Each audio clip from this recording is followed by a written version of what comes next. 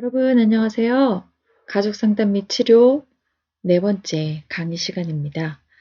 예, 오늘은 초기 가족 치료의 모델들을 한번 살펴볼 건데요.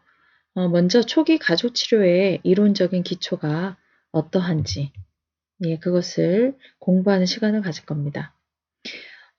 우리가 항상 수업하기 전에 마음 열기 시간을 갖자고 얘기를 했죠.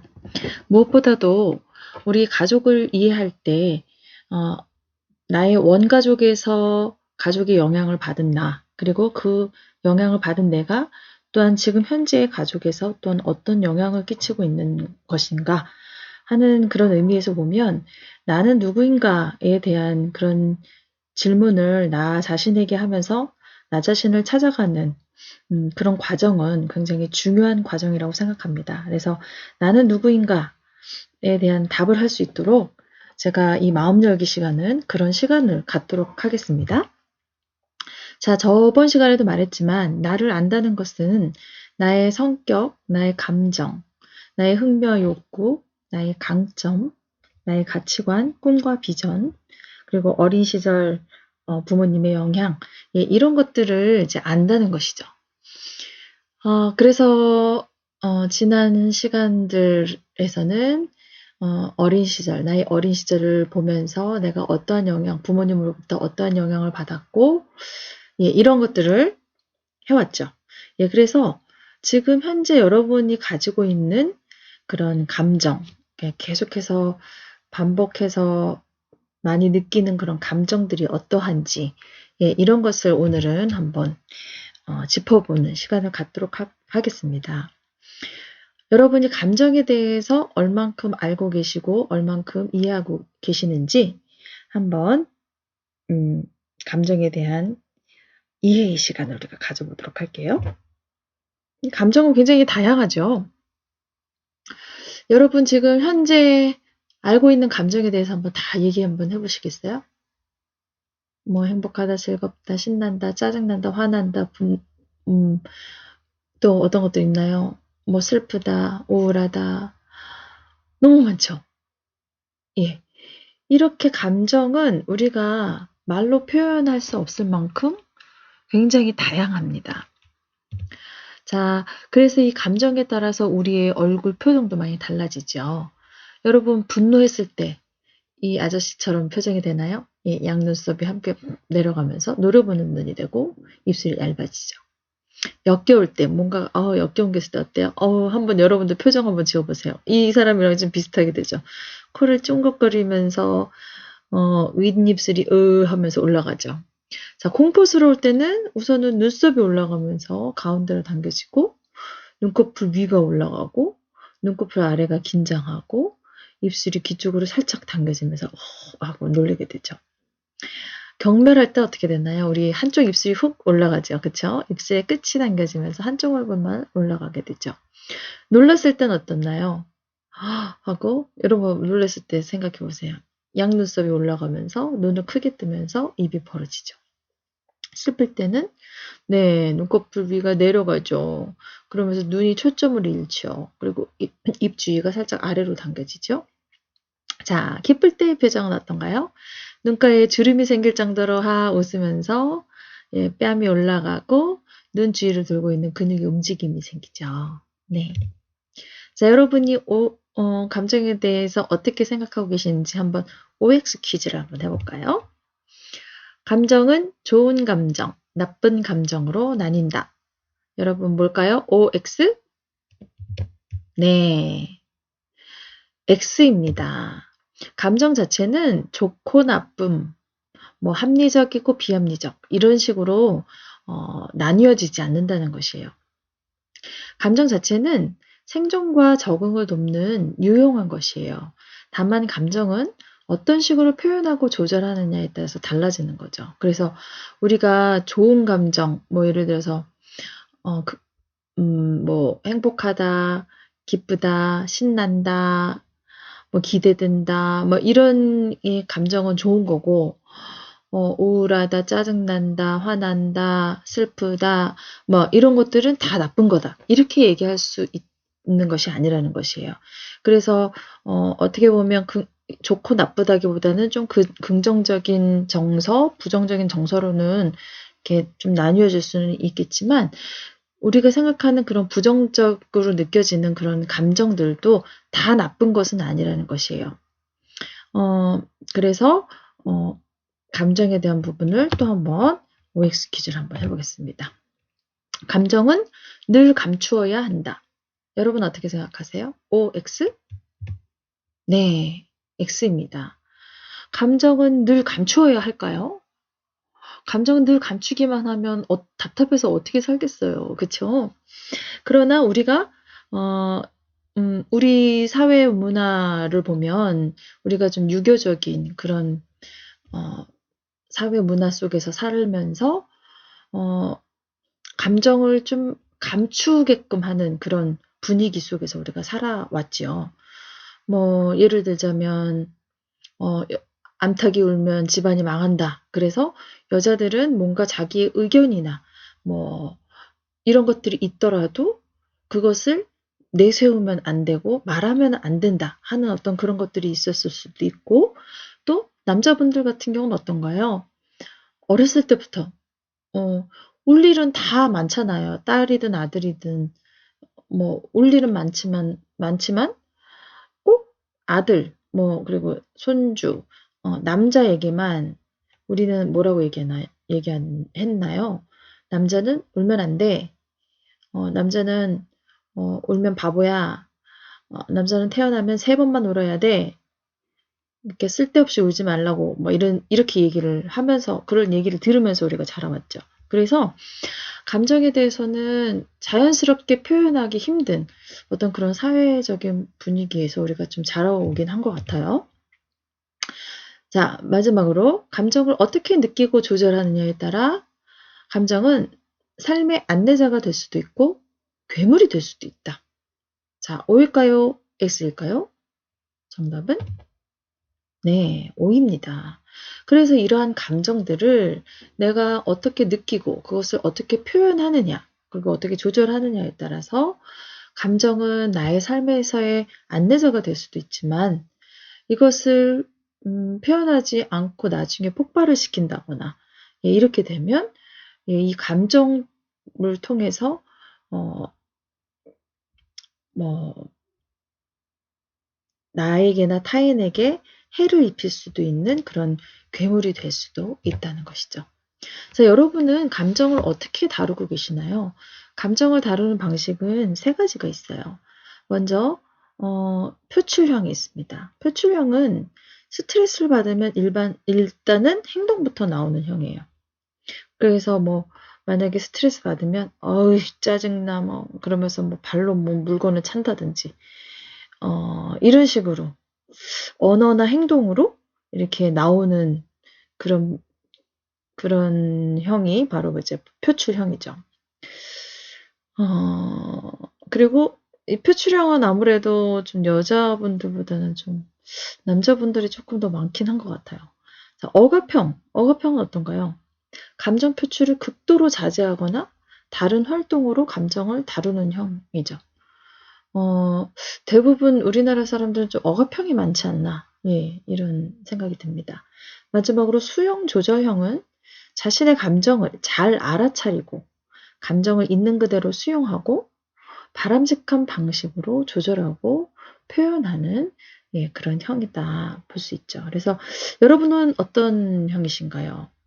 예, 우리가 좀 건강하게 모든 관계를 맺고 또 나도 행복하게 살려면은 아무래도 감정을 잘 알아차리고 있는 그대로 수용하고 바람직한 방식으로 조절하고 표현할 수 있는 수용 조절형으로 우리가 살아야 되겠죠. 네, 그래서 감정을 다루는 그런 방법 이런 것에 대해서 또 제가 이제 얘기를 나눌 건데요. 먼저 그러려면 자신이 가지고 있는 감정이 어떤지 먼저 아셔야 되겠죠. 그래서 여러분이 유튜브에 보면 오프라 윈프리 내가 확실히 아는 것들이라는 동영상이 있어요. 그래서 여러분이 한번 찾아서 한번 보시면 여러분 오프라 윈프리가 누구예요? 예, 흑인 여자 토크쇼에 있어서의 진행자로서 정말 대성한 그런 인물이죠. 근데 이 오프라 윈프리가 어린 시절에 정말 많은 차별과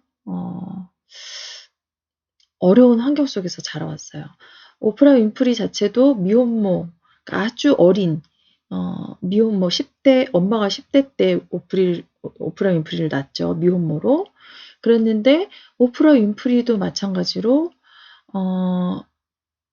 10대 때 또 미혼모가 되는 그런 경험을 갖게 돼요. 오프라 윈프리 예전에는 또 흑인에 대한 그런 차별 대우가 엄청나게 많았었잖아요. 그래서 오프라 윈프리가 어렸을 때는 그렇게 어려운 환경에서 집안 그 친척 그런 사이에서 성폭행도 많이 당하고 미혼모가 본인이 엄마처럼 또 미혼모가 되기도 했고 이런 충격들로 인해서 마약도 하게 되고 여러 불우한 그런 일들을 겪게 되면서 이제 나중에 성공을 하게 되었죠. 그런데 오프라 윈프리가 자신의 삶을 쫙 돌아보니까 나의 인생 속에서 계속 내가 느꼈던 감정은 바로 이것이었다. 이렇게 얘기하는 것이 있어요. 이 영상을 보면. 자, 오프라 윈프리는 어떤 감정을 가지고 있었을까요? 계속해서 끊임없이 갖게 되는 그 감정을 우리는 뭐라고 그러냐면 핵심 감정이라고 얘기합니다. 그래서 여러분이 요즘 어떤 감정을 주로 많이 느끼시는지, 그 감정을 느낄 때의 상황과 이유가 무엇인지, 그리고 오프라 윈프리의 핵심 감정이 뭔지 여러분 동영상을 한번 보시고 그 감정이 뭐였는지 그리고 나의 핵심 감정은 뭔지 자 한번 정리할게요. 나의 핵심 감정이 무엇인지에 대해서 여러분이 이것을 다 공부하신 후에 저에게 나중에 피드백으로 해주시면 되겠습니다.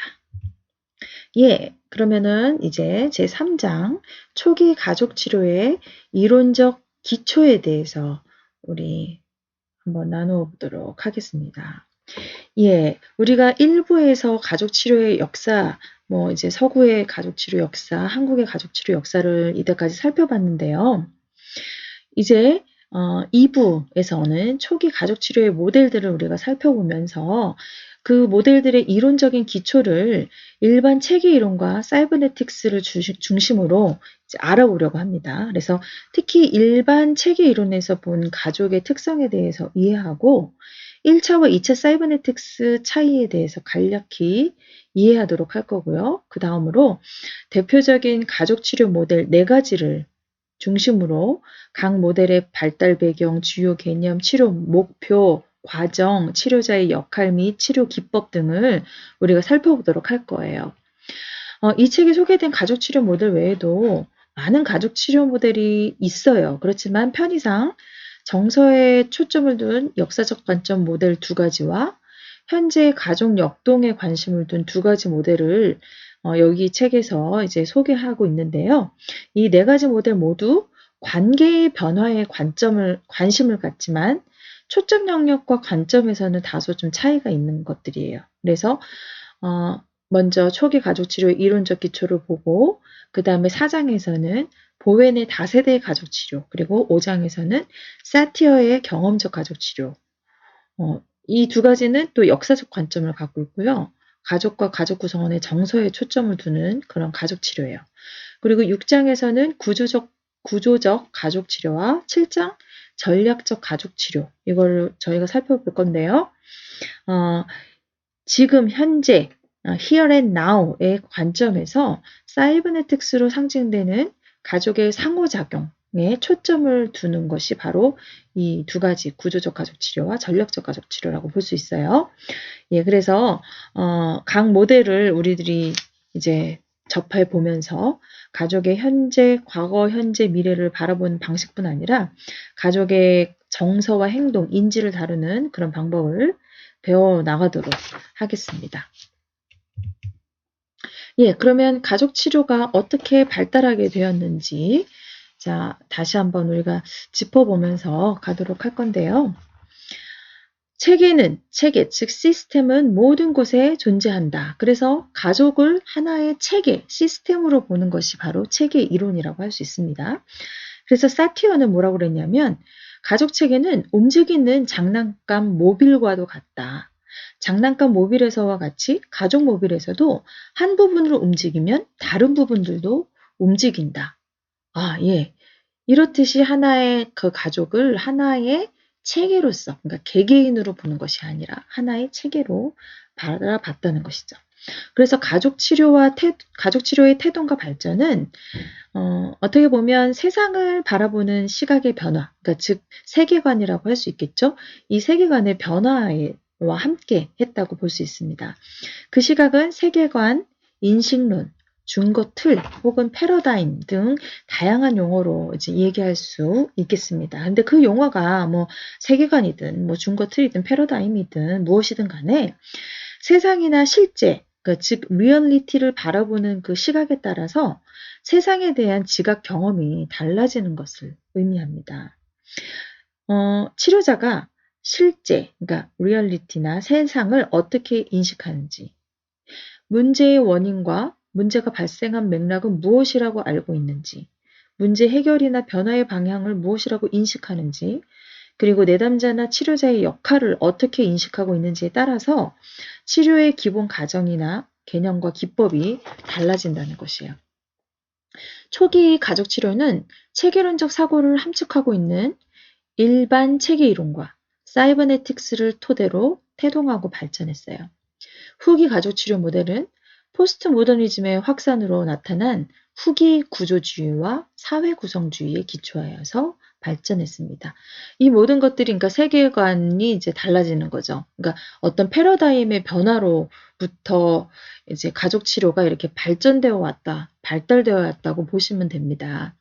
예, 그래서 이 가족 치료 발전의 이론적 기초와 연관된 세계관과 사조의 흐름, 패러다임의 흐름을 간략하게 정리한 것이 바로 이 표라고 할 수 있습니다. 그래서 이 세계관 인식론이 우리 그 전 수업에서 본 것처럼 기계론적인 세계관에서 유기체론적인 세계관으로 변화되었다고 여러분 알고 계시죠? 그래서 기계론적인 세계관에서는 어떤 것을 중요하게 생각했나요? 각 개인을 중요하게 생각하면서 그 각 개인의 심리 내면, 그것을 바라보는 것을 중요하게 생각했고, 어떤 하나의 그냥 인과관계, 그리고 뭐, 이런 것으로 이제 모든 것들을 이제 파악을 했었죠. 그런데 유기체론적 세계관은 어떤 것인가요?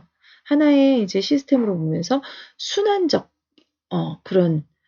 순환적인 그런 관계가 되어지는 것을 우리가 볼 수 있습니다. 그래서 개인보다는 그런 가족, 그런 관계 이런 것에 초점을 둔 것이 바로 유기체론적인 세계관이라고 볼 수가 있겠습니다. 그런데 이 유기체론적 세계관에서도 체계론적 관점과 내러티브 관점으로 이렇게 나뉘어지는데요. 이 체계론적 관점은 지금 우리가 지금 살펴보는 것이에요. 지금 그래서 일반 체계 이론과 사이버네틱스 로 나눠지는데 사이버네틱스도 1차와 2차로 나눠진다. 이렇게 볼 수 있습니다. 그래서 지금 저희가 3장에서 다뤄주는 것은 바로 이 체계론적 관점 중에서 일반 체계 이론과 사이버네틱스를 저희가 살펴보려고 하고요. 지금 현재는 우리가 2020년대를 살아가고 있잖아요. 그래서 2020년대는 어떻게 보면 지금 이제 내러티브 관점에서 울트라 모더니즘으로 가면서 지금은 모든 것을 좀 어떻게 보면 통합하고 상생하는 그런 관점으로 바뀌어지고 있다고 볼 수 있습니다. 예, 그래서 기계론적인 세계관에서의 이제 사조를 한번 보면은 여러분 모더니즘, 현대주의 이제 모더니즘 이라고 볼 수 있는데요. 이 모더니즘적인 그런 사조에서 유기체론적 세계관은 포스트 모더니즘, 울트라 모더니즘, 그러니까 모더니즘을 이제 모더니즘에 반해서 나온 것이 바로 이제 포스트 모더니즘이죠. 그래서 모더니즘에서는 어떤 절대적인 것을 되게 중요하게 생각했다면 포스트 모더니즘은 모든 것은 다 상대적이다. 이렇게 보는 것이 바로 포스트 모더니즘적인 사조이죠. 예, 그래서 이론적인 틀을 보면 기계론적인 세계관은 모더니즘 사조를 지니고 있으면서 이론적으로는 구조주의의 틀을 가지고 있습니다. 예, 그리고 이 유기체론적 세계관에서의 포스트 모더니즘 사회에서는 후기 구조주의와 구성주의, 사회 구성주의로 그 이론적인 틀을 우리가 알아볼 수 있습니다. 자, 그래서 나온 상담 이론을 보면 이 모더니즘 사회에서는 여러분이 너무나 잘 알고 있는 예, 정신 분석이 어떻게 보면 되게 대세를 이뤘다고 볼 수 있죠. 그래서 개인 치료를 되게 중요하게 생각하고 있고요. 개인의 심리 내면에 중점을 둔 그런 치료 기법들이, 그런 상담 이론들이 나왔습니다. 그래서 정신 분석, 행동주의, 분석 심리학, 교류 분석 등 이런 상담 이론이 있었고 개인 치료를 중시하고 있었다는 것이죠. 이런 상담 이론이 출현한 시기는 1900년대 초라고 볼 수 있겠습니다.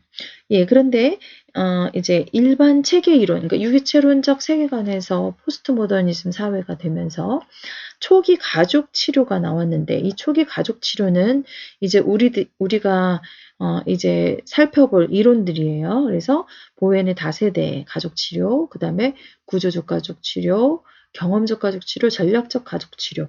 이것이 이제 초기 가족 치료 모델이고요. 이것은 1950년대에 이제 나온 가족 치료 방법입니다. 이론입니다. 예, 그런데 이제 포스트 모더니즘으로 넘어가면서 후기 가족 치료 상담 이론들이 나왔는데요. 이 후기 가족 치료는 해결 중심 가족 치료, 그리고 이야기 치료, 여러분 많이 들어보셨죠?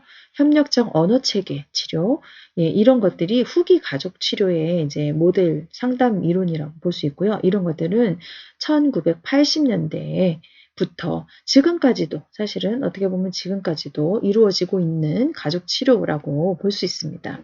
근데 1990년대 이후로, 그러니까 지금 현재까지는 이렇게 가족 치료만을 또 하는 것이 아니라 어떻게 보면 울트라 모더니즘의 사조를 가지고 있으면서 개인 치료와 함께 가족 치료가 이루어지는 그런 상생의 가족 치료를 해나가고 있다는 것이죠. 그래서 지금은 어떻게 보면 통합적인 것, 그러니까 꼭 가족 치료뿐이 아니라 모든 상담이 이제 통합적인 관점으로 가고 있다고 여러분 아시면 되겠습니다.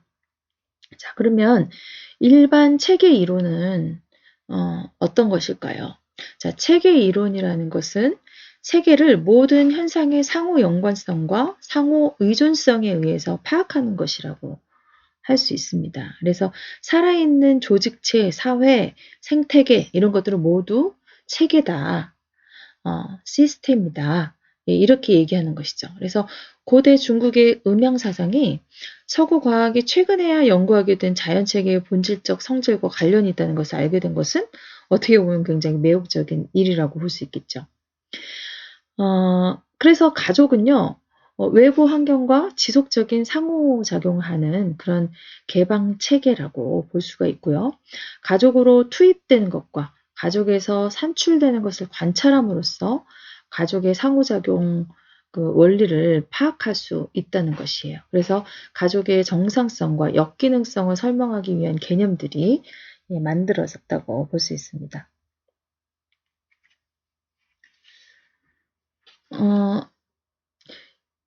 일반 체계 이론으로서의 이동은 어떻게 보면 이제 개인 치료에서 관계, 그러니까 대상에서 관계로 이동했다 이렇게 볼 수가 있겠고요. 이 모더니즘 사회 그 사조에서의 그 이제 치료는 각 개인 그런 대상을 강조를 했다면 이제 일반 체계 이론에서는 연결망, 각 개인의 그런 연결망과 상호 관련성, 즉 관계 이런 것들을 강조하고 있다 이렇게 볼 수 있겠습니다.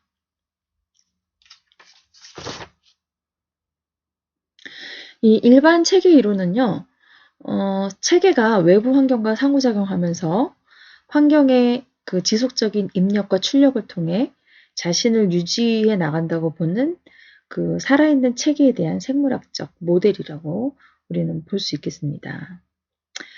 일반 체계 이론은 체계를 환경과 지속적인 그런 상호작용을 하는 개방 체계로 이렇게 보기 때문에 이 외부 관찰자가 체계에 대한 투입, 인풋과 아웃풋, 산출 간의 피드백 과정을 관찰함으로써 체계의 특성을 파악할 수 있다고 보는 것이에요. 예, 그래서 가족도 마찬가지로 사회체계이기 때문에 개인으로 이루어진 전체, 시스템, 이제 홀리스틱이라고 볼 수 있죠. 그래서 전체, 그래서 전체로서 외부 환경과 지속적인 상호작용을 하는 그런 개방체계로 가족을 보았다는 것이죠. 예, 그래서 치료 그 목표가 어떻게 보면 이제 가족의 정상성과 역기능성을 설명하기 위한 그런 많은 그런 개념들이 만들어졌고, 그것은 증상이나 문제가 나타나게 된 맥락을 설명하는 그런 준거가 되었고 치료 목표가 되었죠. 그래서 여러 개념들 중에서 뭐 삼각관계, 가족 규칙, 의사소통, 가족의 경계 등 이런 여러 개념들이 나왔는데, 이 가족이라는 그런 시스템 안에서 일어나는 상호작용을 설명하기 위한 그런 준거 툴로 이런 것들이 소개가 되어졌습니다. 그래서 일반 체계 이론에 우리가 기본 개념들을 이제 한번 살펴보도록 하겠습니다. 우선 체계의 구조적 특성을 이해하기 위해서 체계와 하위 체계 및 경계, 개방성과 폐쇄성의 개념, 이런 것들을 알아야 되겠고요. 또 체계의 작동을 이해하기 위해서 피드백, 순환적 인과관계, 정보와 의사소통, 규칙의 개념을 또 설명해 드릴 것이고요. 마지막으로 체계의 속성을 이해하기 위해서 상호 보완성과 패턴, 전체성과 자기 조직의 개념에 대해서 우리가 알아가도록 하겠습니다. 먼저 체계와 하위 체계에 대해서 우리가 한번 살펴볼게요. 체계는 상호작용하는 관계에 있는 부분들의 집합이라고 볼 수 있어요. 예, 그래서 여러 수준이 있어요. 어떤 특정 체계보다 더 높은 수준은 그 체계의 상위 체계라고 할 수 있겠죠. 그리고 더 낮은 수준은 하위 체계라고 할 수 있습니다.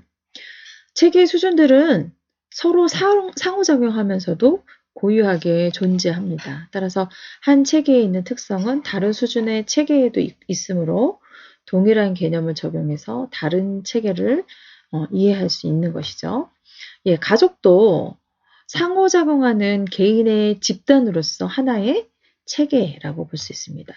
가족 체계도 사회라는 상위 체계의 하위 체계임과 동시에 더 낮은 개인 체계의 상위 체계다. 자, 이게 무슨 말씀인지 아시겠나요? 자, 크게 사회라는 상위 체계가 있으면 그 밑에 가족 체계가 하위 체계로서 있는데, 이 가족 체계는 또 그보다 더 낮은 개인 체계에서는 상위 체계가 되고, 그 가족보다는 더 낮은 체계로는 개인 체계가 있다는 것이에요. 예, 이해가 되시죠? 예, 그래서 가족의 하위 체계는 개별 가족원일 수도 있고요. 또 이제 부부와 자녀로 구성된 가족의 하위 체계는 예, 부부, 부모, 자녀, 형제, 자매 이렇게 하위 체계 등으로 이게 구분이 되어질 수 있다는 것이에요. 따라서 가족이라는 전체 체계를 이해하기 위해서는 가족과 상호작용하는 상위 및 하위 체계의 특성을 이해할 수 있어야 됩니다. 자, 체계의 경계가 있어요. 자, 모든 체계는 그것을 구성하는 요소들의 성질 및 관계와 수량에서 유한하다고 볼 수 있습니다. 한계가 있다는 것이죠. 체계의 그런 유한성은 체계의 경계, 바운더리에 의해서 구현이 됩니다.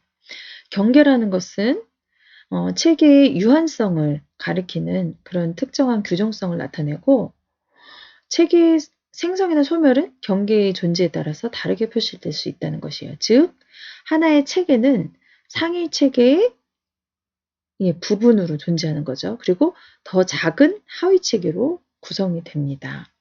경계 개념은 특정 체계가 상위 체계와 하위 체계로부터 어떻게 분리되고 소속되어지는가에 따라서 체계의 정체성이 달라진다는 것을 시사하고 있어요. 체계의 경계는 두 가지 역할을 할 수 있습니다. 하나는 유통 역할, 그래서 외부 체계와 상호작용하면서 에너지나 정보를 교환하는 그런 역할을 하고, 다른 하나는 보호 역할, 그래서 체계에 유익한 에너지나 정보는 받아들이지만 무익한 것은 들어오지 못하게 하고, 또 체계에 필요한 에너지나 정보가 외부 체계에 쉽게 흘러나가는 것은 저해하지만 체계에 해로운 것은 외부 체계에 최대한 신속하게 배출하는 것이죠. 이와 같이 살아있는 체계는 그 자체만으로도 존재하면서도 자기 경계 밖의 환경과 끊임없이 상호작용한다는 것이에요. 그래서 유기체는 자기 경계 밖의 체계와 상호작용을 통해서 생존을 유지하며, 반대로 지나친 상호작용은 체계의 생존에 혼란을 야기할 수도 있다는 것이에요. 자, 이렇게 가족 체계의 경계는요, 인간의 기본적인 욕구와 연관된다고 볼 수 있습니다.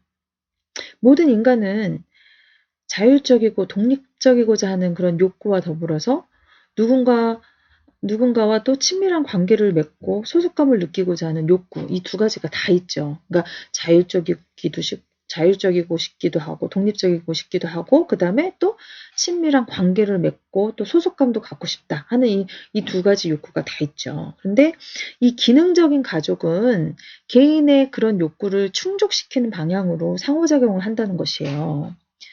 예, 그런데 우리가 말하는 역기능 가족, 기능하지 못하는 가족, 이런 가족들은 이 경계 자체가 굉장히 밀착되었거나 아니면 아예 경직되어진 경우가 많다는 것이에요. 예를 들어 볼게요. 밀착된 경계의 가족은 어떤가요? 경계가 없어. 한마디로 경계가 없어요. 너무 가족끼리 모든 걸 다 알아. 예, 그건 경계가 없는 거죠. 이런 가족과는 어떤가요? 뭐 우리 가족은 하나야, 막 이런 것을 되게 강조하잖아요. 그쵸? 그러다 보니까 가족 간의 상호작용, 지지, 협동, 관여, 간섭하는 거, 이런 것들이 너무 지나친 거예요. 그래서 가족에 대한 소속감과 충성심은 강할 수 있지만 개인으로서의 자율성이나 독립성은 부족하게 되는 거죠. 그래서 가족 개개인이 독립적으로 성장할 수 있는 그런 기회를 방해받을 가능성이 크다는 것이에요. 자, 이해되시죠? 자, 반대로 가족 간의 경계가 아주 그냥 딱딱하고 경직됐어요. 아까 밀착된 거는 어떻게 됐다고 그랬어요? 가족 간의 경계가 아예 없어서 너무 서로에 대해서 간섭하고 지나치게 상호작용하는 것이지만, 반대로 가족 간의 경계가 경직됐다는 것은 서로 어떻게 보면 너무 가족의 개념이 없는 거죠. 간섭이나 뭐 이런 게 아니라 너무 자유와 방임이 있는 그런 가족이라고 볼 수 있는데요. 예, 이런 경우에는 자율적이고 독립적으로 기능할 수는 있지만 가족 간의 상호 교류가 있나요? 거의 없죠. 그래서 가족에 대한 소속감과 충성심이 부족할 수 있다는 것이에요. 그래서 마치 빈 껍데기 가족처럼, 그쵸? 최소한의 의사소통이나 협동, 지지, 그러니까 최소한의 것만 있을 뿐 모래알처럼 흩어진 가족처럼 유대감을 형성하지 못할 수 있다는 것이에요. 자, 그러면은 지금 가족 간의 경계가 경직된 거를 우리가 봤는데요. 부부 간의 경계가 경직될 경우 어떻게 될까요? 예, 이럴 때는 법적인 혼인 관계만 유지하고 있을 뿐이지 어떻게 보면 정서적으로는 이혼 상태에 있을 가능성이 크다는 것이에요. 그래서 실제적으로 우리나라의 이혼율이 이제 높잖아요. 그런데 이혼하지 않은 경우에도 이렇게 정서적 이혼 상태에 있는 그런 부부 관계도 상당히 많이 있다고 볼 수 있습니다. 그래서 이런 정서적 이혼 상태가 많이 오래 지속될 경우에 나중에 이것이 어떻게 이어지냐면 황혼 이혼으로 이어지는 경우가 많이 있는 거죠. 그래서 우리나라의 현재 지금 황혼 이혼율이 굉장히 높은 수준이라고 볼 수 있습니다. 네. 그리고 우리가 개방성과 폐쇄성의 개념을 우리가 한번 살펴보도록 하겠습니다. 체계의 개방성과 폐쇄성은 외부 체계에서 들어오거나 외부 체계로 내보내는 정보의 흐름이나 상호교류를 허용하는 정도를 나타내는 것이겠죠. 그래서 살아있는 체계는 모두 외부 환경과 끊임없이 상호작용하기 때문에 어느 정도는 개방적이라고 할 수 있어요. 따라서 체계가 개방적이냐 폐쇄적이냐 이런 것을 우리가 이분법적으로 판단할 수 있는 그런 것은 아니라 정도의 문제라고 우리가 볼 수 있겠습니다. 체계가 건강하게 기능하기 위해서는 개방성과 폐쇄성 간의 적절한 균형을 이루어야 합니다. 그래서 체계가 지나치게 개방적이거나 지나치게 폐쇄적일 경우에 우리가 역기능적이다 이렇게 할 수 있는 것이에요. 이와 같이 체계가 개방성이나 폐쇄성의 극단에 있을 때 지나치게 개방적이거나 지나치게 폐쇄적이거나 이럴 때 우리가 엔트로피 상태에 있다 이렇게 얘기합니다. 그래서 반대로 체계가 개방성과 폐쇄성의 적절한 균형을 이룸으로써 체계의 질서를 최고로 유지하고 있을 때는 니겐트로피 혹은 부적 엔트로피 상태에 있다고 얘기하고 있습니다. 니겐트로피 상태에서의 체계는 적절한 양의 정보와 변화를 받아들이고 체계의 생존을 위협하는 정보와 변화는 거부하는 것이죠. 체계가 에너지를 쓰는 방식을 보면 체계가 엔트로피와 니겐트로피 연속선상의 어느 지점에 위치하는가를 우리는 알 수 있습니다. 그렇지만 체계의 개방성과 폐쇄성 간의 어느 정도 균형이 바람직한가 하는 것은 체계가 처한 맥락이나 상황에 따라서 다르다고 볼 수 있어요. 예를 들어 볼게요. 가족 체계의 맥락에 이제 적용을 한번 해서 새로운 곳으로 이사를 한 가족의 예를 한번 들어보면 어떻게 해야 되나요? 지역사회에 빨리 적응해야 되잖아요. 아이들도 또래 친구들하고 좋은 관계를 유지하면서 건강하게 잘 자랄 수 있도록 지원해 줘야 될 거 아니에요. 그럴 때 이 가족은 어때야 되나요? 가능한 한 개방적이어야 되겠죠. 그렇죠? 그리고 외부 체계에서의 많은 정보를 입수해서 적응하도록 노력을 해야 되죠. 그런데 또 반대로 특정 사이비 종교 집단. 자, 여러분 우리 TV에서 이제 신천지에 대한 것들 막 이렇게 나오면서 이단에 대한 게 나왔는데요. 특정 사이비 종교 집단은 자기들의 정체성을 이렇게 보호해야 되고 외부 체계의 압력에 저항하기 위해 저항을 해야 되잖아요. 그러다 보니까 굉장히 폐쇄적이죠. 그래서 신천지 같은 경우도 자기 그 신도들의 그 명단을 끝까지 안 주려고 했었잖아요. 그런 게 이제 폐쇄적인 그런 것이죠. 그래서 이런 예를 들어서 어느 한 그런 가정의 예를 들어 본다면 이제 예를 들어 이제 신천지에 대한 믿음만을 강조하는 가족의 경우 어떻게 될까요? 다른 종교에 대한 정보 입수나 교류를 막 가로막으면서 폐쇄적인 입장을 취할 수 있겠죠. 그렇게 되면 다른 가족원이 다양한 종교를 탐색하고 자기한테 맞는 종교를 선택할 기회를 박탈당하게 되기 때문에 건강한 발달이 방해받을 수 있다는 것이죠. 그러면 피드백. 자, 피드백은 어떤 것인가요? 피드백은 체계가 어떤 과정이나 행동의 결과에 대한 정보를 그 근원에 전달하는 과정으로 체계의 자기조절 기제를 나타내는 그런 용어라고 볼 수 있습니다. 피드백 과정을 통해서 체계는 본연의 정체성을 유지하는 것이에요. 위너라는 사람이 그래서 최초로 사용했던 가장 간단한 피드백의 예는 조타수라고 볼 수 있어요. 조타수가 여러분 뭔가요? 조타수. 배를 이제 움직이는 그런 것이죠. 그래서 배가 현재 경로에서 이탈할 때 가령 오른쪽으로 벗어난다면 조타수는 어떻게 해야 되나요? 이탈을 평가한 후에 배의 키를 왼쪽으로 움직이겠죠. 이 행동으로 배의 이탈은 줄어들어서 결국 원래의 위치로 돌아온 다음 또 정확한 상태에서 항해를 하다가 이번에는 배가 다른 쪽으로 또 이탈하게 돼요. 자, 이런 과정에서 어느 한 단계에서 조타수는 배의 이탈에 대한 새로운 평가를 내리고 그에 따라 키의 방향을 또 다시 바꾸게 되죠. 이런 식의 움직임이 계속되는 가운데 조타수는 배가 올바른 경로를 유지하도록 연속적인 피드백에 이제 의존하게 되죠. 이와 같이 피드백은 체계가 역동적인 균형 상태에서 스스로를 유지할 수 있도록 해주는 자기 조절인 항상성. 예, 항상성 꼭 알고 있으셔야 돼요. 항상성의 필수적인 메커니즘이 바로 조타수의 비유라고 할 수 있겠습니다. 가족 체계에도요, 끊임없는 피드백 과정에서 안정성이 유지되기도 하고 변화되기도 해요. 근데 체계가 변화나 이탈을 거부하고 안정성을 유지하는 방향으로의 피드백을 뭐라고 얘기하냐면 부적 피드백. 그러니까 부적이라는 것은 그러니까 부정적인 거, 네거티브. 여러분 아시죠? 예, 네거티브 피드백이라고 해요.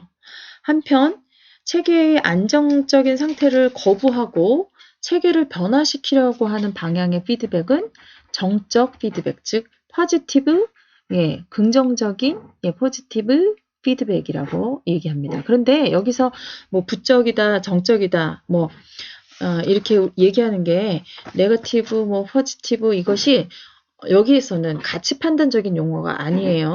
즉 어느 피드백이 더 좋다, 나쁘다 이렇게 판단할 수가 없다는 것이에요. 체계이론에서 볼 때 좋고 나쁨은 상대적인 용어예요. 그래서 특정 맥락에 따라서 다르게 평가될 수 있습니다.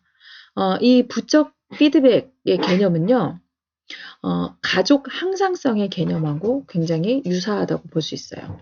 이 가족 항상성은 가족 체계가 어떤 파괴의 상황에 직면할 때 변화에 저항하고 이전의 균형 상태로 돌아가게 하는 가족의 보수적인 성향을 의미하는 것이에요.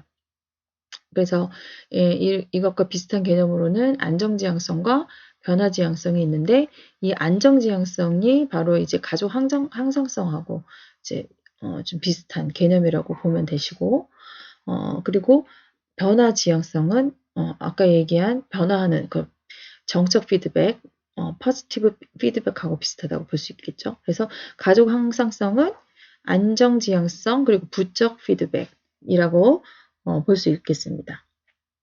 그런데 가족 체계가 기능적이기 위해서는 안정을 유지하면서도 변화를 해야 되기 때문에 이 두 가지가 다 필요하다는 것이에요. 부적 피드백만 있게 돼도 역기능적인 가정이 될 수 있고요. 정적 피드백만을 해도 가족이 개념이 흔들릴 수 있어요. 자, 그러면 예를 들어 볼게요. 자녀가 사춘기에 접어드는 시기에 이런 시기에는 어떻게 해야 되나요?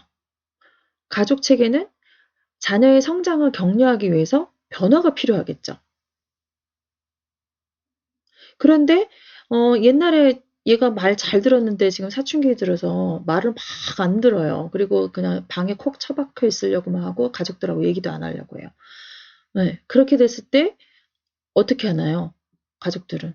그 이전에 그 자녀의 모습을 기대하면서 그 이전 모습으로 돌아오게끔 순종적이고 의존적인 원래의 행동을 하도록 그런 피드백을 한다면 그게 바로 부적 피드백이면서 가족 항상성을 유지하려고 하는 것들이죠. 안정지향성. 예.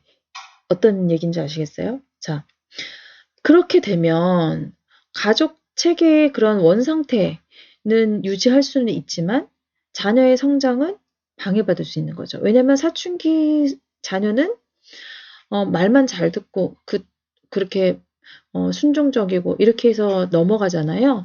그러면은 나중에 20대 되고 30대 되면 또 반항기가 또 나옵니다. 어쩔 수 없이 나옵니다. 그래서 그 반항할 때 반항하는 자녀의 그 성장 과정을 우리가 지켜봐 주면서 예, 성장할 수 있도록 그러니까 그것을 표출할 수 있도록 이렇게 도와주고 그러려면 가족 간의 그런 변화된 그런 피드백, 즉 정적인 피드백이 있어야 되겠죠.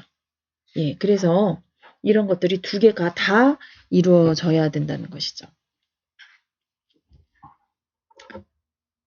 그래서 아이가 자율적이면서도 책임감 있고 부모나 다른 가족원과 친밀한 관계를 유지할 수 있는 그런 단계에 이를 때까지는 어떻게 보면 이런 정적 피드백, 예, 그리고 변화 그 지향성 이런 것들을 하다가 이제 사춘기가 좀 어느 정도 지나면서 이제 또 우리 이렇게 그 친구들이 또 이제 제자리로 돌아오게 돼요. 그럴 때는 다시금 부적 피드백 과정을 또 작동해서 가족 체계의 안정성을 유지할 필요가 있다는 것이죠. 즉 이렇게 가족 체계의 건강한 생존을 위해서는 부적 피드백과 정적 피드백이 모두 필요하다는 것이에요. 그래서 이 부적 피드백 과정, 즉 가족 항상성 이것만 유지하려고 하면은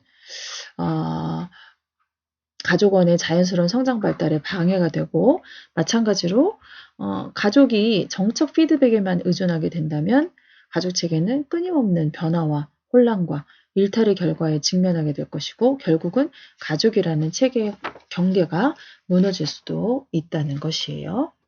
예, 순환적 인과관계의 개념에 대해서 저희들이 한번 살펴보도록 하겠습니다.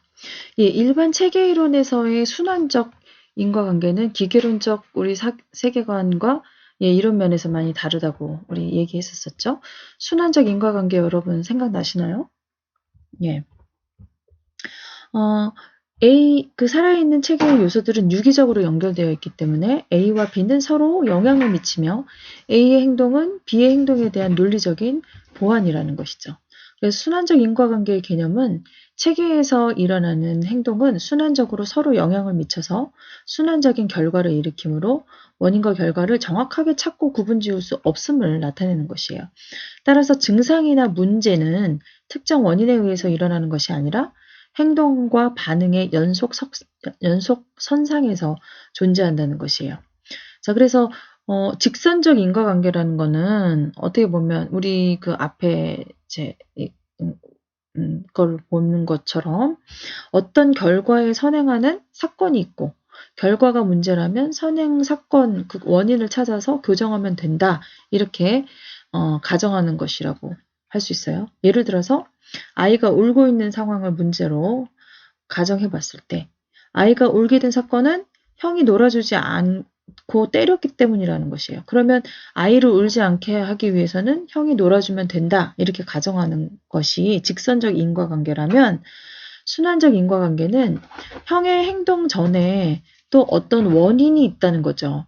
예를 들어서 공부하는데 동생이 와서 귀찮게 했다든지 그 사건 이전에 또 다른 사건이 있었음을 가정하는 거예요.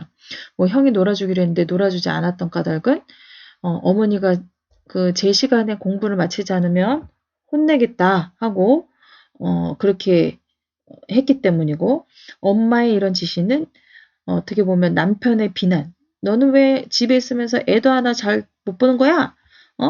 가정을 잘 네가 돌봐야 될 거 아니야? 이런 남편의 비난을 피하기 위해서 그렇게 또 지시를 했기 때문이고 남편의 그런 비난은 직장 생활의 스트레스에서 비롯되었음을 가정하는 것이죠. 그럼 이거에 또 원인이 또 그 이전에 또 있고 하겠죠. 그래서 그 이전의 원인까지도 계속 찾아갈 수 있을 것이에요. 그래서 순환적 인과관계 속에서 특정 원인을 구별해내는 것을 마침표라고 해요. 마침표. 그래서 마침표는 인과관계를 바라보는 관찰자에 따라 다르다는 것이죠. 마침표를 찍는 사람에 따라서 원인을 식별해내는 행위도 달라진다고 볼 수 있어요. 모든 것이 하여튼 대부분 원인에 대한 마침표를 다르게 찍는다는 것에서 비롯되는데요. 우리 이제 이 그림을 한번 보면 아버지와 아들이 잔소리, 그 다음 늦은 귀가라는 상호작용을 계속하고 있는 거예요. 잔소리, 늦은 귀가, 잔소리, 늦은 귀가, 잔소리, 늦은 귀가. 예, 그쵸? 이런 상호작용을 하고 있을 때 아버지는 아들이 늦게 귀가했기 때문에 잔소리했다. 즉 늦은 귀가 때문에 잔소리 하는 그 패턴의 마침표를 찍었고요. 아들은 아버지가 잔소리를 해서 늦게 귀가한다. 그래서 즉 잔소리에서 늦은 귀가에 마침표를 찍는 것이에요. 이런 상황에서 체계론적 가족 치료자는 아들의 마침표가 오르냐 아버지가 오르냐 누가 옳고 그르냐 이런 것에 초점을 두기보다는 이러한 패턴으로 둘 간의 상호작용이 지속되고 있음에 주목을 하는 것이 치료자가 하는 일이죠. 예. 그래서 이 인과관계의 순환성을 함축하는 개념으로 동일 결과성, 동일 잠재성이 있는데요. 동일 결과성은 우리 그림에서 보는 것처럼 살아있는 체계가 다양한 출발에서 시작해요. 그래서 다양한 방식과 역동적 상호작용을 통해서 동일한 특징적 결과에 이르는 경향. 이게 동일 결과성이고요. 동일 잠재성은 똑같은 출발에서 다양한 결과에 이른다는 그런 뜻이에요. 예를 들어서 이제 현 시점에서 실현을 했어요. 자, 동일한 사건인데 이런 실현을 한 많은 사람이 10년 후에 보면 다양한 삶을 살고 있을 수 있어요.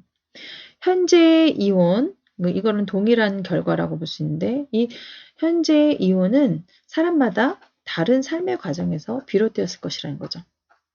어떤 개념이든 체계의 특성을 파악하기 위해서는 직선적 인과관계로 보기보다는 그 과정에 주목할 필요가 있다는 것이에요. 자, 그래서 과정을 굉장히 중요하게 생각합니다. 예, 정보 처리와 의사소통. 예, 체계론적 사고의 핵심은 체계의 모든 과정이 정보 처리와 의사소통으로 이루어진다는 데 있어요. 살아있는 체계는 외부 체계에서 들어오는 정보를 처리하고 외부 체계에 내보낼 정보를 조절함으로써 그 고유의 구조와 기능을 유지하기 때문이에요. 가족 안에서 그리고 가족과 외부 체계 사이에서 이루어지는 정보의 교환은 불확실성을 감소시키고 혼란을 피하게 함으로써 가족의 제 기능을 유지하도록 돕습니다. 이와 같이 가족과 같은 사회체계에서 우리가 어떻게 의사소통하고 어떻게 정보를 나누고 조절하는가는 전체 체계를 보다 완전하게 이해하기 위한 열쇠가 된다는 것이에요. 자, 가족을 체계, 하나의 시스템으로 본다는 것은 가족원 개인의 특성에 초점을 둔다기보다 가족의 상호작용 과정에 초점을 둔다는 의미예요. 그래서 가족 간의 상호작용은 정보 처리와 의사소통을 통해서 이루어집니다. 가족치료학자는 의사소통의 3가지 원칙을 제시하고 있어요. 첫 번째는 사람은 행동하지 않을 수 없다는 원칙이에요. 이건 뭐냐면 우리는 아무것도 할 수 없다, 아무것도 하지 않는다 이렇게 얘기하는데요. 그 아무것도 하지 않고 가만히 있다는 것도 그것도 그러한 행동을 하고 있다는 메시지를 주변 사람들에게 전달한다는 의미고 이는 곧 아무것도 하지 않는다는 의미를 부정하는 것이 된다는 것이죠. 예, 두 번째는 사람은 의사소통하지 않을 수가 없다는 원칙이에요. 우리가 언어적 차원의 의사소통은 하지 않을 수 있죠. 이렇게 말을 안 할 수 있잖아요. 그렇지만 말을 안 하면서도 우리가 비언어적인 메시지인 표정이나 행동 이런 것들을 하지 않을 수가 없죠. 우리가 그래서 말 안 해도 표정이나 행동을 보면 알 수 있죠. 그리고 아무 말 하지 않고 침묵을 지키는 것 자체도 침묵을 지키고 있다는 메시지를 전달하는 거예요. 자, 침묵에는 뭐 여러 가지 의미가 있겠지만 난 너하고 말하고 싶지 않아. 뭐 아니면 말 안 해도 알지. 뭐 이런 것들이 있잖아요. 이런 것들을 전달하는 것이에요. 따라서 가족 치료자는 행동과 의사소통을 동일한 개념으로 바라보고 있어요. 자, 세 번째 원칙은 어떤 행동에 대해 부여하는 의미가 곧 그 행동의 진짜 의미는 아니라는 것이에요. 그러나 누군가가 그 행동에 특별한 의미를 부여하면 그것은 그 사람에게 진실이 된다는 원칙이 바로 이 원칙입니다. 이거는 마치 김춘수 시인의 꽃에 보면 내가 그의 이름을 불러주기 전에는 그는 다만 하나의 몸짓에 지나지 않았다. 내가 그의 이름을 불러주었을 때 그는 나에게로 와서 꽃이 되었다. 라는 어떤 그런 표현처럼 어떠한 행동도 그 행동에 의미를 부여하기 전에는 진정한 의미를 갖지 않음을 나타낸다는 것이에요. 실제, 즉 리얼리티는 객관적이기보다는 주관적이고 내가 그 실제 리얼리티를 어떻게 보느냐는 그것을 바라보는 나의 지각의 결과고 나의 중거틀의 기능이 과정이라고 볼 수 있습니다. 가족체계 의사소통 과정을 이해하기 위해서는요. 지금 3가지의 의사소통 원칙 외에도 의사소통의 2가지 양식에 대한 그런 이해가 필요한데요. 첫 번째로는 디지털 양식, 그리고 두 번째로는 아날로그 양식이에요. 자, 디지털 양식은 언어적인 의사소통이라고 볼 수 있고요. 아날로그 양식은 비언어적인 메시지와 맥락, 그 일이 일어난 그 환경, 맥락 이런 것을 얘기할 수 있는데요. 우리가 언어적인 의사소통이 아닐 때에 이런 비언어적인 메시지와 환경 이런 것으로 우리가 더 이해를 하게 되는 경우들이 되게 많이 있죠. 예, 그래서 이 아날로그 양식의 그 메시지의 영향이 오히려 디지털 언어의 영향보다도 더 강하다는 걸 알 수 있어요. 특히 의사소통 문제가 관계와 연관될 때 디지털 양식보다는 이 아날로그 양식이 더 의미가 있을 때가 많이 있어요. 여기 책에서 예를 든 거는 두 여성이 대화를 주고받는 과정에서 한 여성이 상대방에게 당신 참 피곤해 보여요 라는 언어적인 메시지를 전달했다고 한번 쳐봤을 때 이 메시지의 의미 또는 해석은 이 두 여성이 어떤 관계에 있고 어떤 상황에 있느냐에 따라서 달라질 수 있다는 것이에요. 예를 들어서 딸이 친정 엄마에게 이렇게 말했어. 엄마 참 피곤해 보여요. 이렇게 얘기했다면 엄마 피곤해 보여서 걱정된다. 이런 의미가 있겠죠. 그러나 두 예쁜 여성이 서로 미모에서 경쟁 관계가 있어요. 그런 직장 동료 사이라면 너 되게 피곤해 보인다. 이 얘기는 너 피곤해서 얼굴에 그 다크서클 다 내려와서 너 지금은 나보다 더 못생겨 보인다. 예, 이런 얘기가 될 수도 있다는 얘기죠. 그래서 가족치료 이론가는 그래서 이 의사소통의 또 다른 차원인 과정과 또 내용에도 주목을 했어요. 내담자가 무엇을 말했는가 그 내용에 관심을 이전에는 더 기울이고 그것을 어떻게 전달했는가 과정에는 사실은 별 관심이 없었었는데 의사소통의 내용은 주로 언어적 메시지로 전달되기 때문에 효과가 좀 이제 어떻게 보면 이제 약할 수 있다는 것이죠. 그래서 내용보다 그러니까 무엇을 말했는가 내용보다도 어떻게 전달했는가의 그 과정에 관심을 가져야 된다는 것이에요. 예, 7번째 규칙입니다. 규칙은 체계는 일정한 규칙에 의해 유지되고 기능하죠. 체계의 규칙은 체계가 허용하거나 수용하는 행동의 범위를 나타내고 체계가 무엇을 가치 있게 여기고 어떤 행동을 적절한 것으로 여기는가를 드러내는 일종의 그 규범이라고 볼 수 있어요. 가족은 하나의 체계잖아요. 그렇죠? 그래서 규칙에 의해서 움직입니다. 그것을 가족 규칙이라고 하는데 이 가족 규칙은 가족의 상호작용을 지배하는 행동 규범이나 기대라고 볼 수 있어요. 근데 이 가족 규칙은 뭐 글로써 명문화되어 있지 않아요. 뭐 우리 가족은 이래야 한다, 이래야 한다. 뭐 이렇게 하지는 않지만 가시적으로 그렇게 보이지는 않지만 여러분 가족들을 다 보면요. 그 가족마다의 규칙이 있어요. 가족 규칙에 대한 이해를 돕자면 간단하게 인간의 몸을 예로 들어보면 인간의 신체는 살아있는 유기체의 표본이라고 할 수 있잖아요. 우리 몸은 체계의 그 기능을 유지하기 위해서 적절한 규칙을 설정하고 그 규칙대로 살아가죠. 적절히 먹어야 되고 잠도 적절하게 자야 되고 운동도 하고 쉬기도 하고 사람들과 관계도 맺고 독서도 하고 예, 이렇게 하는데 그것에 대한 규칙은 다르지만 각자의 몸을 유지하기 위해 자신에게 알맞는 규칙을 설정하고 그것에 따라 움직이는 것은 여러분 나름대로의 규칙이 있죠. 자, 그런 것처럼 가족도 체계로서 기능하기 위해서 규칙을 설정해요. 그 설정된 규칙에 따라 움직이죠. 가족 규칙은 성 역할, 그러니까 남자와 여자, 그러니까 남편과 아내, 뭐 부모와 자녀가 어떤 역할을 하느냐, 예, 이런 역할, 그리고 행동 규범, 우리 가족은 뭐 예의가 있어야 된다. 뭐 이런 나름대로의 그런 중요하게 생각하는 가치관들이 있을 거예요. 그것에 따른 행동 규범, 그리고 의사소통 방식. 예, 우리 가족은 뭐 어떻게 얘기를 해야 한다. 의사소통은 어떤 식으로 한다. 뭐 하는 그런 거. 감정 표현 방식. 이런 것들과 연관되어 있어요. 자, 즉, 아주 구체적으로 예를 들자면, 집안일은 누가 하고, 귀가 시간은 몇 시고, 명절이나 생일에는 어떤 일을 하고, 의사결정 과정은 어떻게 이루어지고, 무슨 일은 누구에게 말해야 되고, 감정 표현은 어떻게 하는가. 이런 모든 것들이 바로 가족 규칙이라는 것이에요. 예. 그 규칙의 설정 과정은 대개 가족의 반복적인 상호작용 과정을 통해서 이루어지고, 이렇게 뭐 쓰여져 있거나 이렇게 명문화되어 있지는 않아요. 따라서 가족 규칙을 위반하고 나서야 그것이 규칙이었는지를 아는 경우가 많다는 거죠.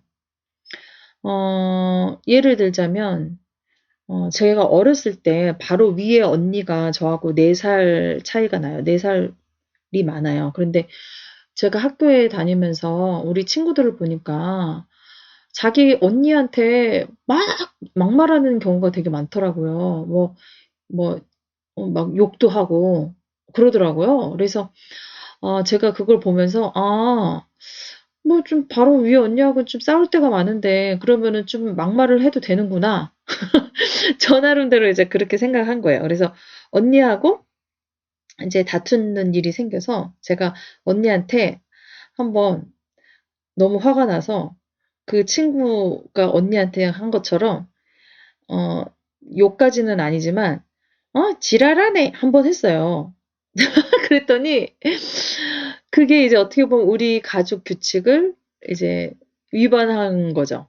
그때까지는 이게 위반한 건지 아닌 건지 몰랐지만, 예, 그러고 나서 아빠한테 엄청나게 제가 혼났어요.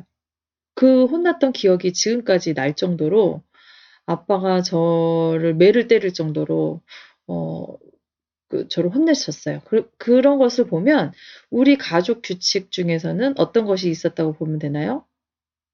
형제 간에 우애해야 되고, 어, 어, 말을 함부로 해서는 안 되고, 예의를 갖춰야 한다 하는 우리 나름의 우리 가족의 규칙이 있었던 거죠. 그 규칙을 제가 위반했기 때문에 위반하고 난 다음에야 그게 규칙이었는지를 또 알 수 있었다는 것이죠. 자, 여러분 이런 얘기를 들어보시니까 여러분 나름대로의 여러분 집안의 가족 규칙이 반드시 있으실 거예요. 그쵸? 예, 그래서 어, 이따가 제가 연습 문제에 제가 써놨는데요. 여러분 가족 규칙이 뭔지 여러분이 한번 이제 써보도록 할 거예요. 네. 그러면 이제 전체성이라는 개념을 우리가 한번 보도록 하겠습니다. 전체성, wholeness라고 하죠. 체계 이론을 판단하는 가장 일반적인 기준이요. 바로 이 부분에서 전체로의 전환이라고 볼 수 있어요. 체계의 전체성, wholeness는 체계가 하나의 전체로 존재하며 하나의 전체로 운동함을 의미하고 체계는 부분들을 단순히 합쳐놓은 것보다 더 크다는 비합산성의 특성을 가진다는 것이에요. 자, 시계가 톱니바퀴와 스프링 모아놓은 것의 이상이죠. 그쵸? 톱니바퀴와 스프링을 다 모아놨다고 해서 다 시계가 되는 것은 아니죠. 근데 시계가 톱니바퀴와 스프링을 모아서 그것들이 가진 기능 이상의 그런 시계가 나오죠. 그리고 교향곡의 예를 들자면 단순한 음표들을 모아놓는 그것의 이상이잖아요. 그쵸? 사람이라는 생명체가 단순히 오장육부 그런 신체의 각 기관을 합쳐놓은 것 이상과 같다는 그런 의미라고 볼 수 있습니다. 그래서 체계의 전체성은 1 플러스 1은 2다. 이게 아니라 1 플러스 2는 1은 3과 같음을 의미하는 것이에요. 예, 그래서 이런 전체성의 개념이 있고요. 또 상호 보완성과 패턴의 개념이 있습니다. 체계의 상호 보완성은 체계의 요소들을 독립적으로 이해할 수 없으며 체계의 한 부분에서 일어난 변화는 다른 부분에도 영향을 끼치고 그 반대의 경우도 마찬가지임을 나타내는 개념이에요. 그래서 가족 체계에서도 관계를 맺고 있는 사람들의 행동은 상호 보완적인 그런 특성이 있어요. 한 사람의 행동은 그 자체로는 이해하기는 어렵고 그 사람이 맺고 있는 관계나 맥락을 고려할 때 충분히 이해할 수 있다는 것이에요. 예를 들어서 아내의 잔소리는 무관심하고 뒤로 물러서는 남편의 행동이 있기 때문에 나온 거죠. 그런 행동에 비추어 보면 그 아내의 잔소리 행위는 이해가 되는 행위가 되죠. 그렇죠? 또 10대 자녀의 반항이 있어요. 반항이 있을 때는 그것에는 권위적이고 독재적인 부모가 있었다는 그런 논리적인 그런 보완이 있죠. 그래서 이는 음과 양이 서로 보완되어 의미를 갖는 것과 같은 그런 이치라고 볼 수 있어요. 달라이 라마가 이렇게 얘기했어요. 상호 의존성의 성질에 대한 지식이 부족한 결과 인간은 문제를 갖게 된다. 이렇게 강조한 바가 있고요. 노자는 도덕경 2장에서 선악, 미추, 고저, 장단 등 모든 것이 상대적이고 상호 보완적인 개념임을 강조하고 있다는 것이에요. 그래서 노자의 도덕경 보면요. 가지고 못 가짐도 서로의 관계에서 생기는 것. 어렵고 쉬움도 서로의 관계에서 성립되는 것. 길고 짧음도 서로의 관계에서 나오는 것. 높고 낮음도 서로의 관계에서 비롯하는 것. 악기 소리와 목소리도 서로의 관계에서 어울리는 것. 앞과 뒤도 서로의 관계에서 이루어지는 것. 예, 이렇게 얘기하고 있습니다. 또 체계의 상호 의존성은 패턴에 대한 이해에서 출발한다는 것이에요. 기계론적 관점이 실체와 구조에 초점을 맞춘다면 체계 이론은 패턴과 형상, 폼에 초점을 둔다는 것이에요.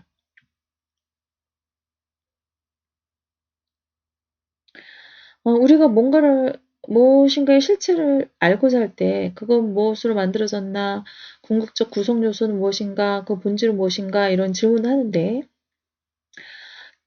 길이를 재거나 무게를 다는 방식으로 패턴을 파악할 수는 없어요.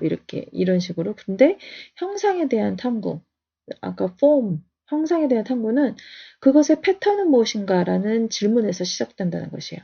패턴은 체계를 전체적으로 파악할 때 알 수 있고 이것은 지도로 작성되어야 하는데 동일한 실제를 나타내는 지도는 다양하다. 그래서 우선 우리는 패턴을 이해해야 합니다. 왜냐하면 체계의 특성은 다름 아닌 패턴의 특성이기 때문이에요. 그래서 가족이 체계라는 것은 가족원 개인의 특성이라는 실체를 파악하는 데 초점을 두기보다 가족의 상호작용 패턴에 초점을 둔다는 그런 의미입니다. 자율성과 자기 조직에 대한 개념에 대해서 얘기하겠습니다. 유기체는 환경과 상호작용할 뿐 아니라 기계와 달리 스스로 움직일 수 있으며 자기 생성적이다. 그러나 기계는 미리 정해진 방식으로 만들어지고 외부 자극에 의해서만 움직인다는 것이죠. 개인이나 가족도 정보의 교환이라는 면에서 환경과 상호작용하는 개방 체계이지만 환경과의 상호작용에 의해서만 그 움직임이 결정되는 것은 아닙니다. 이를 가족 치료에 적용을 해보면 내담자나 그 가족의 변화는 외부의 치료적 개입에 의해서만 결정되는 것이 아니라는 것이에요. 환경의 투입, 즉 치료적 개입은 변화를 촉발하는 많은 요인 가운데 하나일 뿐이라는 것이에요. 내담자나 그 가족은 자율적이며 자기 조직적인 체계이기 때문에 동일한 치료적 처치도 내담자나 가족에 따라 다 다르게 나타날 수 있다는 것이에요. 내담자의 변화는 내담자 가족의 구조적 패턴에 따라 다르게 나타날 수 있고 치료적 행위는 단지 가족의 변화를 촉발시킬 수 있을 뿐이라는 것이에요. 이 체계의 자율성과 자기 조직적 특성은 체계론적 사고의 핵심을 이루지만 초기 가족 치료 모델보다 후기 모델에 더 많이 반영되어 있기 때문에 이것은 나중에 또 자세히 설명을 하도록 하겠습니다. 자, 사이버네틱스.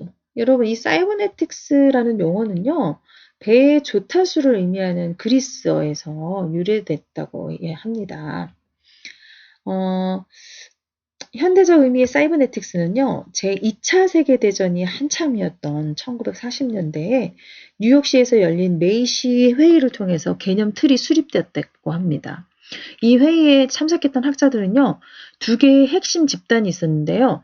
수학자, 공학자, 신경과학자로 이루어진 최초의 사이버네틱스 학자들하고 베이슨과 미드, 이제 사회 심리학자인데요.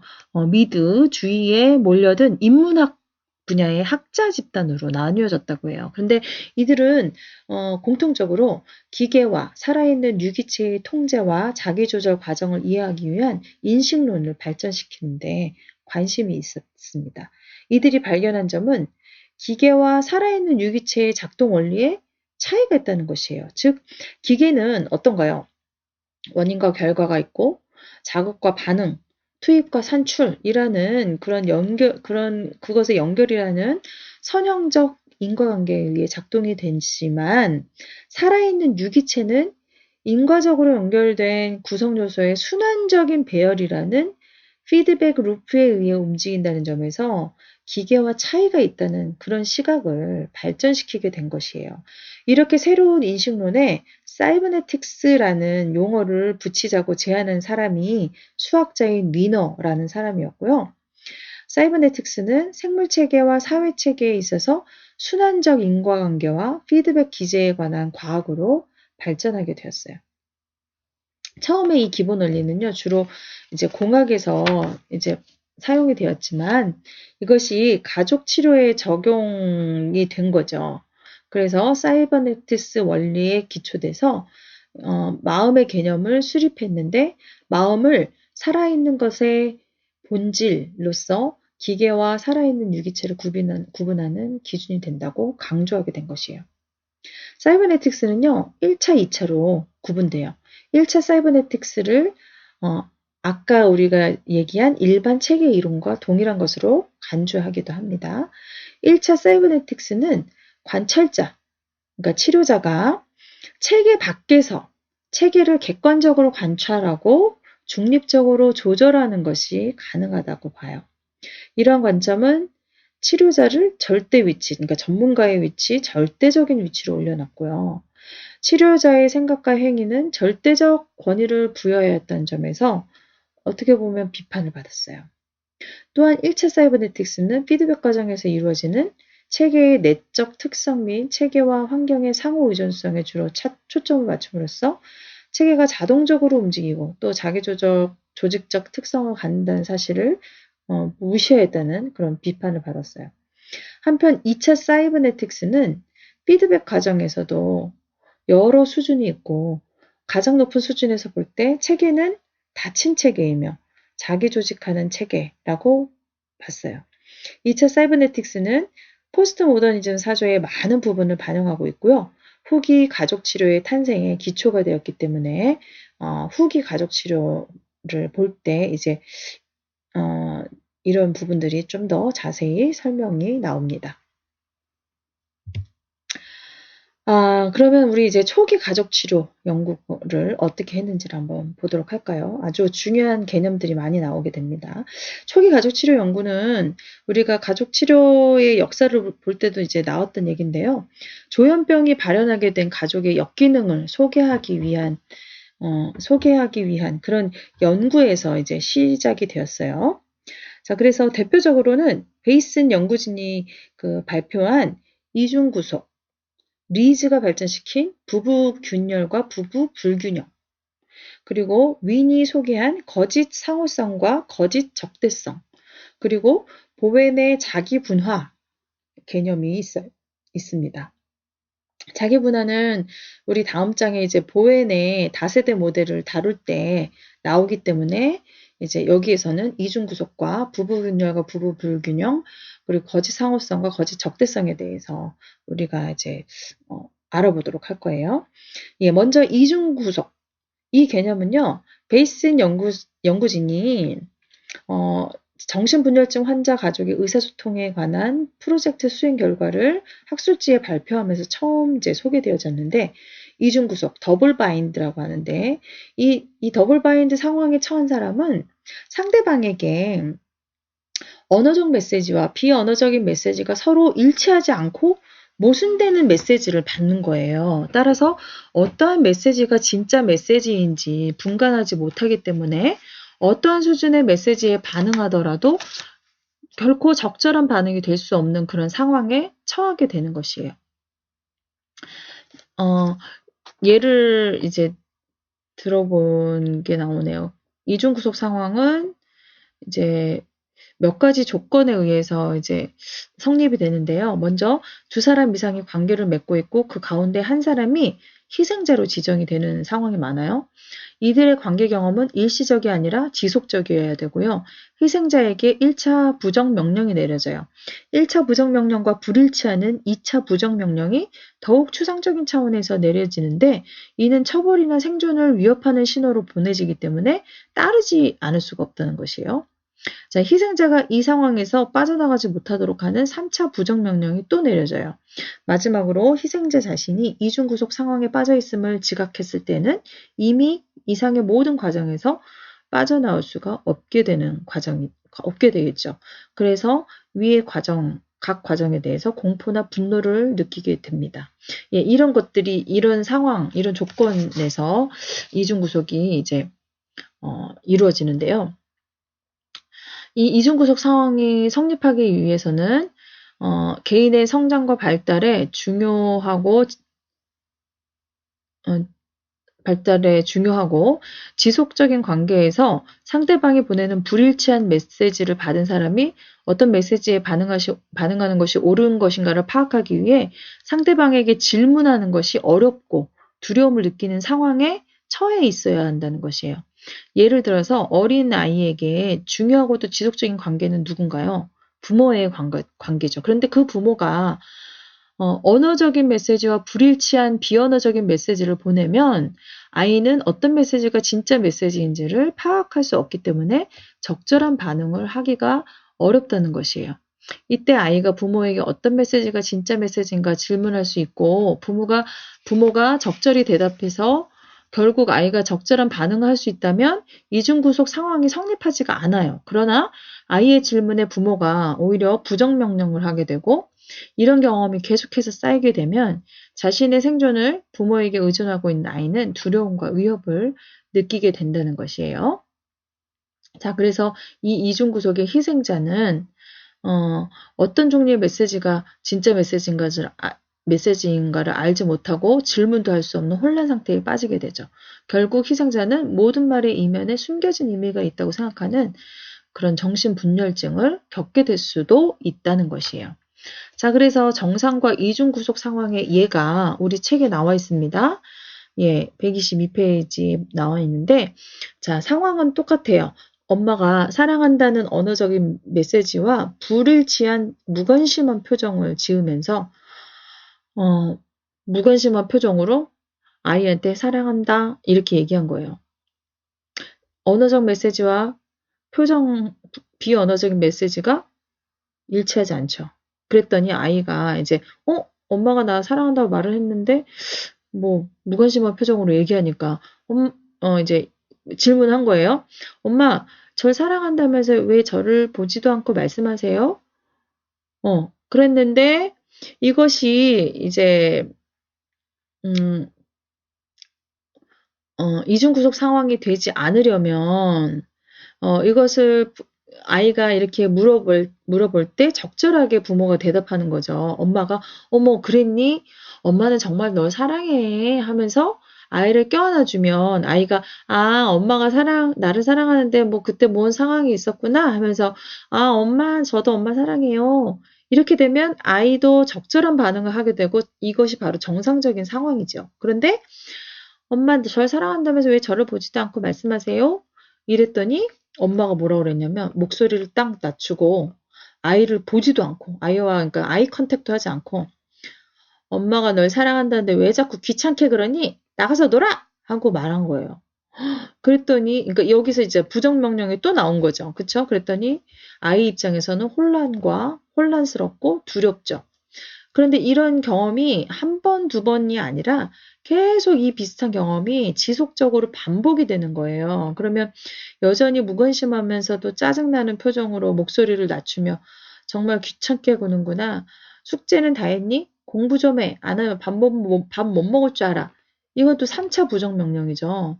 자, 이런 비슷한 경험이 계속 반복되면서 이중구적 상황으로 발전이 되면 아이는 어떻게 해야 할지도 모르겠고, 질문이나 엄마한테 뭔가 그런 것을 하기에는 너무나 두렵고 위협감을 느끼게 되죠. 예, 그러면서 나중에는 정신분열 상황까지 올 수 있게 된다는 것이에요. 자, 부부 균열과 부부 불균형. 이것은 이제 예일대 정신의학과 교수였던 리즈가 이제 소개한 개념이에요. 부부 균열은 부부가 서로 역할을 교환할 수 없고 목표를 공유하거나 보완할 수 없는 상황을 가리킵니다. 부부 불균형은 부부 간의 권력이 지나치게 불균형을 이룬 상황으로 부부 중 한 사람은 강하고 다른 한 사람은 약한 위치에 있는 거예요. 이 경우 강한 배우자가 약한 배우자를 지배함으로써 부부 간 갈등이 표면화되는 것을 막을 수 있어요. 그러나 부부 간 조화로운 힘의 균형을 유지하는 데 실패할 뿐 아니라 부부 간에 허용되는 것과 실제로 느끼는 것 사이의 불일치를 공개적으로 표현할 수 없게 되는 것이죠. 부부 불균형이 있는 그런 부부 관계가 엄청나게 많죠. 여러분 어떻게 생각하시나요? 혹시 여러분 가정에서도 이런 모습이 있지는 않은가요? 이렇게 부부 균열이나 부부 불균형의 특징이 있는 가족에서 자녀는 부모 중 누구에게 충성심을 보여야 할지 갈등하게 되는 거예요. 그리고 깨질지도 모를 그 부모의 결혼 생활을 붙잡아줘야 한다는 그런 압박감에 자녀가 그렇게 시달릴 수 있다는 것이에요. 결국 어릴수록 부모를 통해서 세상을 조직하고 경험하잖아요. 어린 시절에 이런 경험으로 인해서 일관성 있고 논리적으로 사고하고 의사소통하는 능력의 발달에 손상을 입은 아이는 혼란과 갈등의 그런 세상에서 살게 되고 이런 경험을 반복하다 보면 정신분열증을 보일 수도 있다고 얘기했습니다. 자, 윈이라는 사람은 1954년에 정신분열증 환자 가족에 대한 연구를 시작했는데요. 그 연구에서 가족의 의사소통 유형과 역할관계를 고려해야 한다고 강조하면서 1958년에 거짓 상호성과 거짓 적대성의 개념을 소개했어요. 이 두 개념은 윈이 가족치료 분야에서 이룩한 중요한 공헌으로 인정되고 있습니다. 거짓 상호성이란 것은 어떤 것이냐? 겉으로 드러난 그 가족 간의 그 친밀한 상호작용이 사실은 진실한 모습이 아니라 거짓된 모습임을 나타내는 그런 용어예요. 거짓 상호성을 보이는 가족은요, 가족원 개인의 정체성을 인정하면 가족원 전체의 결속에 방해가 된다고 믿는 것이에요. 그래서 그들은 가족원이 각자의 생각이나 느낌을 표현하는 것을 용납하는 것을 두려워하는 것이에요.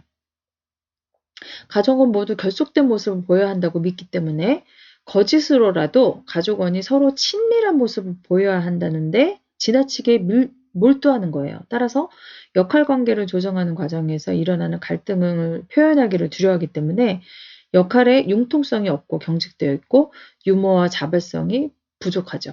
반면 잘 기능하는 가족은 가족원 각자의 개별성과 가족 전체 간 그 결속 간의 적절한 균형을 유지할 수 있는 것이죠.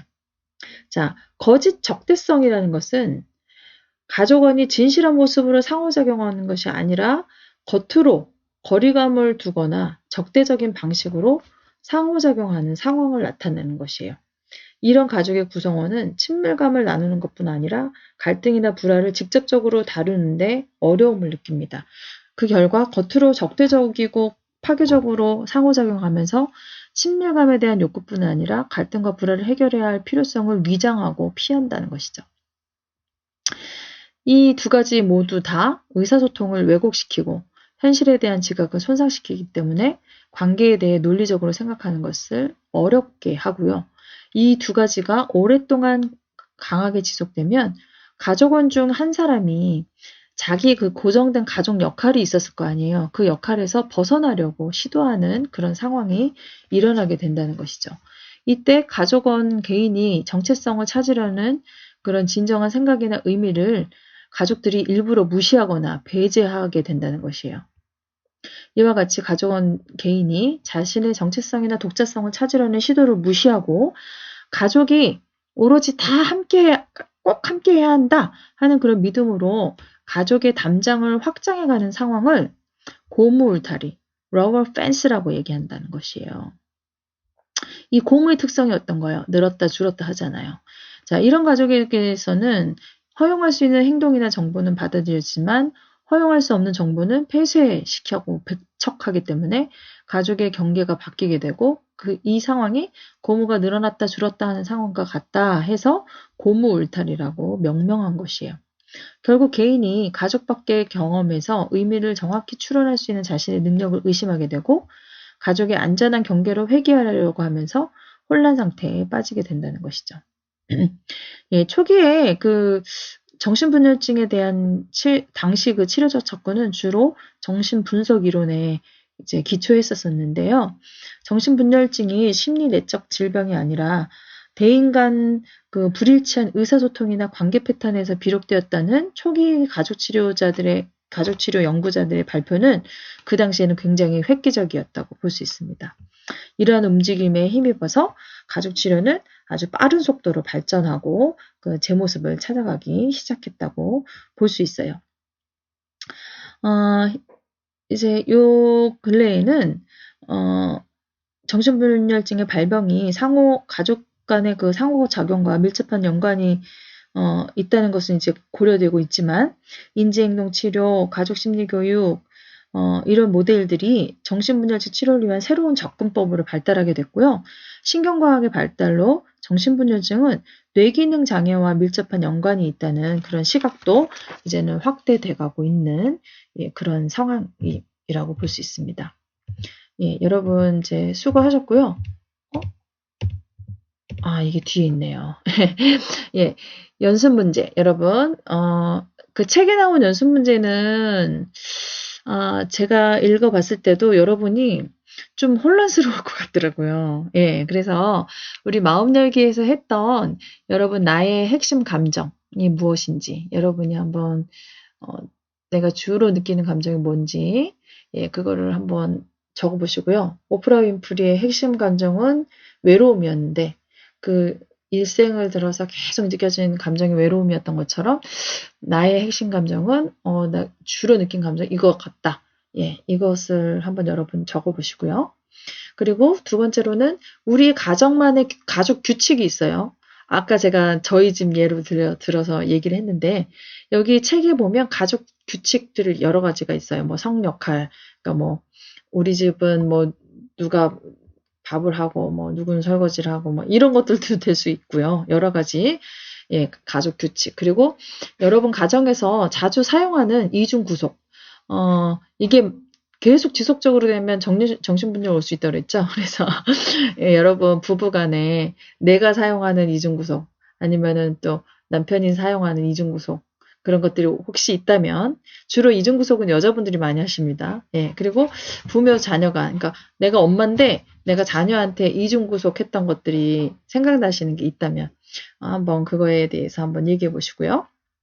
또 우리 집안의 고무 울타리 개념 이게 뭐랄까요? 우리 가족은 하나야. 우리는 하나야. 막 이런 것들 때문에 나의 정체성과 독자성을 찾으려는 시도가 좌절되었던 경우가 혹시 있으셨는지요? 예, 그거에 대해서 여러분이 한번 생각해 보시고 이것에 대해서는 저에게 피드백을 해주시면 고맙겠습니다. 수고 많으셨습니다.